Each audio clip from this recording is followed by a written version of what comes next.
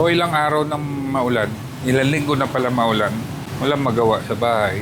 Kaya nag-isip na naman akong panibagong gagawin dito sa Baxtec. Di ba pag binubuksan nyo yung trunk nyo, especially pag gabi, walang ilaw, di ba? O ngayon, lalagyan ko ng ilaw yan. Pag bubuksan kasi yan, especially pag sumasali ako sa car show, bubuksan ko yung trunk, kailangan ko pag gumamit ng flashlight para makita ng judges yung trunk. Nawala ako last time na sa Shopee, mumuray lang naman ng ilaw. Kaya tingnan ko kung paano ilagay sa trunk. Bali, nabili kong ilaw, andito. Ayun! Mumurahin lang naman siya, LED interior lights. Bali, itatap ko lang siya, hanap ako ng lugar doon sa trunk na pwedeng pagdigitan ng wire, pagkabitan ng wire. Positive, negative lang naman yan. Ang plano ko, ikabit tong ilaw dito sa ilalim, somewhere here, sa gitna. Para at least hindi kita. Tapos, hahanapan ko na lang na papagapangin ko na lang yung wire somewhere here and then hahanap ako ng linya. Most probably dito. Kung merong live na 12 volts. Kasi pag ginabit ko yan, kailangan hindi, kahit hindi nakasusi, may ilaw siya, meaning naka-constant 12 volt supply siya. Tanggalin muna itong sidings.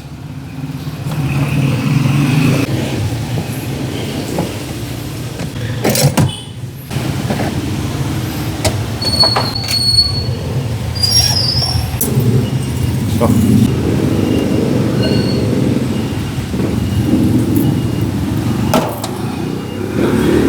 Utol, taragis na yan. Utol din, inang yan.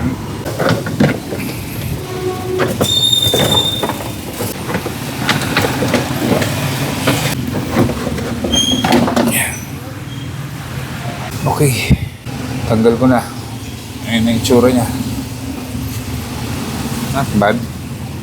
Kinis pa rin. Hindi ganun kadumi. Hanap po na tayo ng wire. Actually, meron na akong wire dito. Para pandugtong. Kuha muna tayo ng tester. So yung tester ko. Hanap tayo ng live 12 volt supply. Yan. Simpleng tester lang to pero mabisa. Wala akong makitang 12 volts constant dito sa side na to. I might as well do it on this side. Dito ko na lang ikakabit kapag pangalong wire papunta ron sa positive ng battery. Kaso nga lang ang problema, medyo matrabaho yan kasi tatanggalin pa yung battery tray, tsaka yung side panel. Mamajigin ko na lang. Ayun! Tanggal na. Bali, yun na yung battery, tsaka battery tray. So, nakapagpagapang na ako ng wire papunta doon. Bali, ganito siya. Ayan, yung dilaw na yan. Sinabay ko sa terminal, papasok doon, malusot doon. Tapos dito sa likod, papunta ron. Ngayon, babalik ko na yan, pati yung battery. Tinanggal ko muna yung spare tire dahil naisip ko, hindi na ako magpagapang ng mahabang wire para lang sa ground wire. Bali, yung 12 volt positive, constant lang yung papagapangin ko mahaba, pupunta rito, di ba? Tapos yung isang wire, pupunta na lang dito. Kasi mayroon siyang sobrang dulo, yung tornilyo.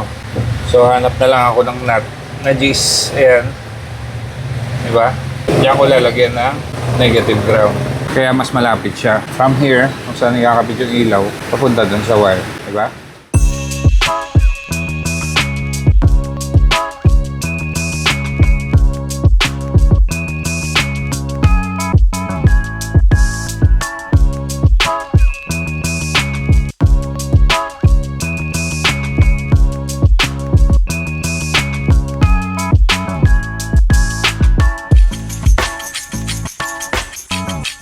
Okay, nabalik ko na yung sidings saka yung battery tray.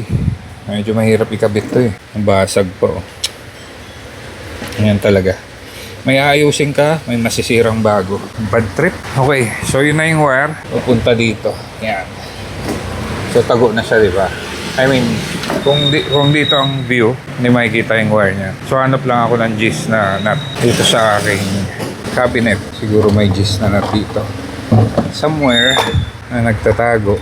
Hello, come out, wherever you are. Wala. Yung nabili ko yung ilaw, merong kasamang double-sided tape. Kaso ang problema, didikit ko yan. Ang bilis matanggal. Hindi siya madikit, oh.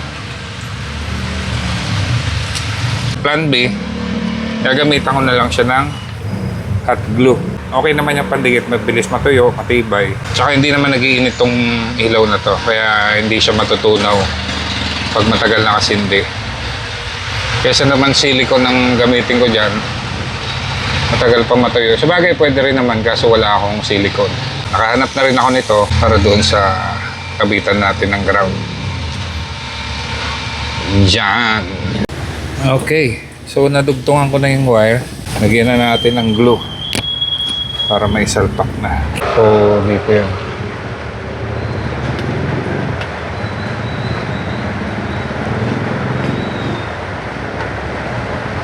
Yan.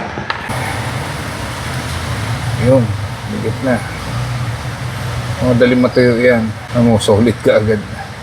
Alright. Higit na. Kabit na natin tong negative ground. Yung ground.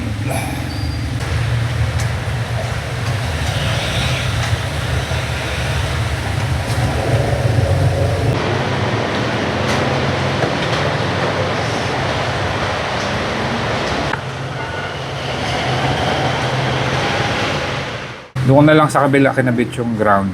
Kasi itong kabila, lost thread. Kukunti lang kasi nakalitaw na thread. Kaya doon ko na lang nilipat. So mamaya ako nasisinupin yung wire, testingin ko muna. Nakabit ko na yung battery. Pag kinabit ko itong terminal, dapat umilaw yan. Let's see.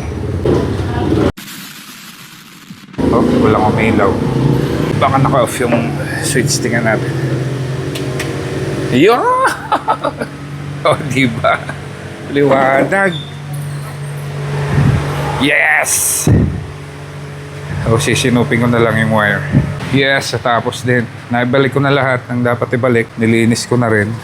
Pati yung mga loob niyan. Nilinis ko na. Nasinop ko na rin yung mga wires. Wala nang wires na nakalitaw. Natuwa naman ako sa result.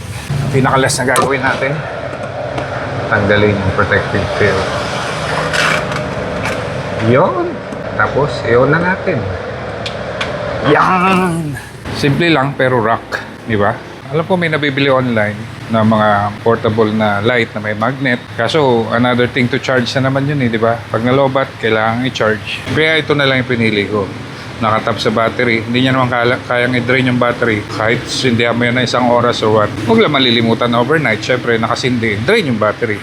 Wala kang naiintindihan na baka malobat yung ilaw. Kailangan i-charge, di ba? So, anytime accessible siya. O, di ba? Ang ganda. Alright, so yan lang ang video ko for today. I will see you in the next one.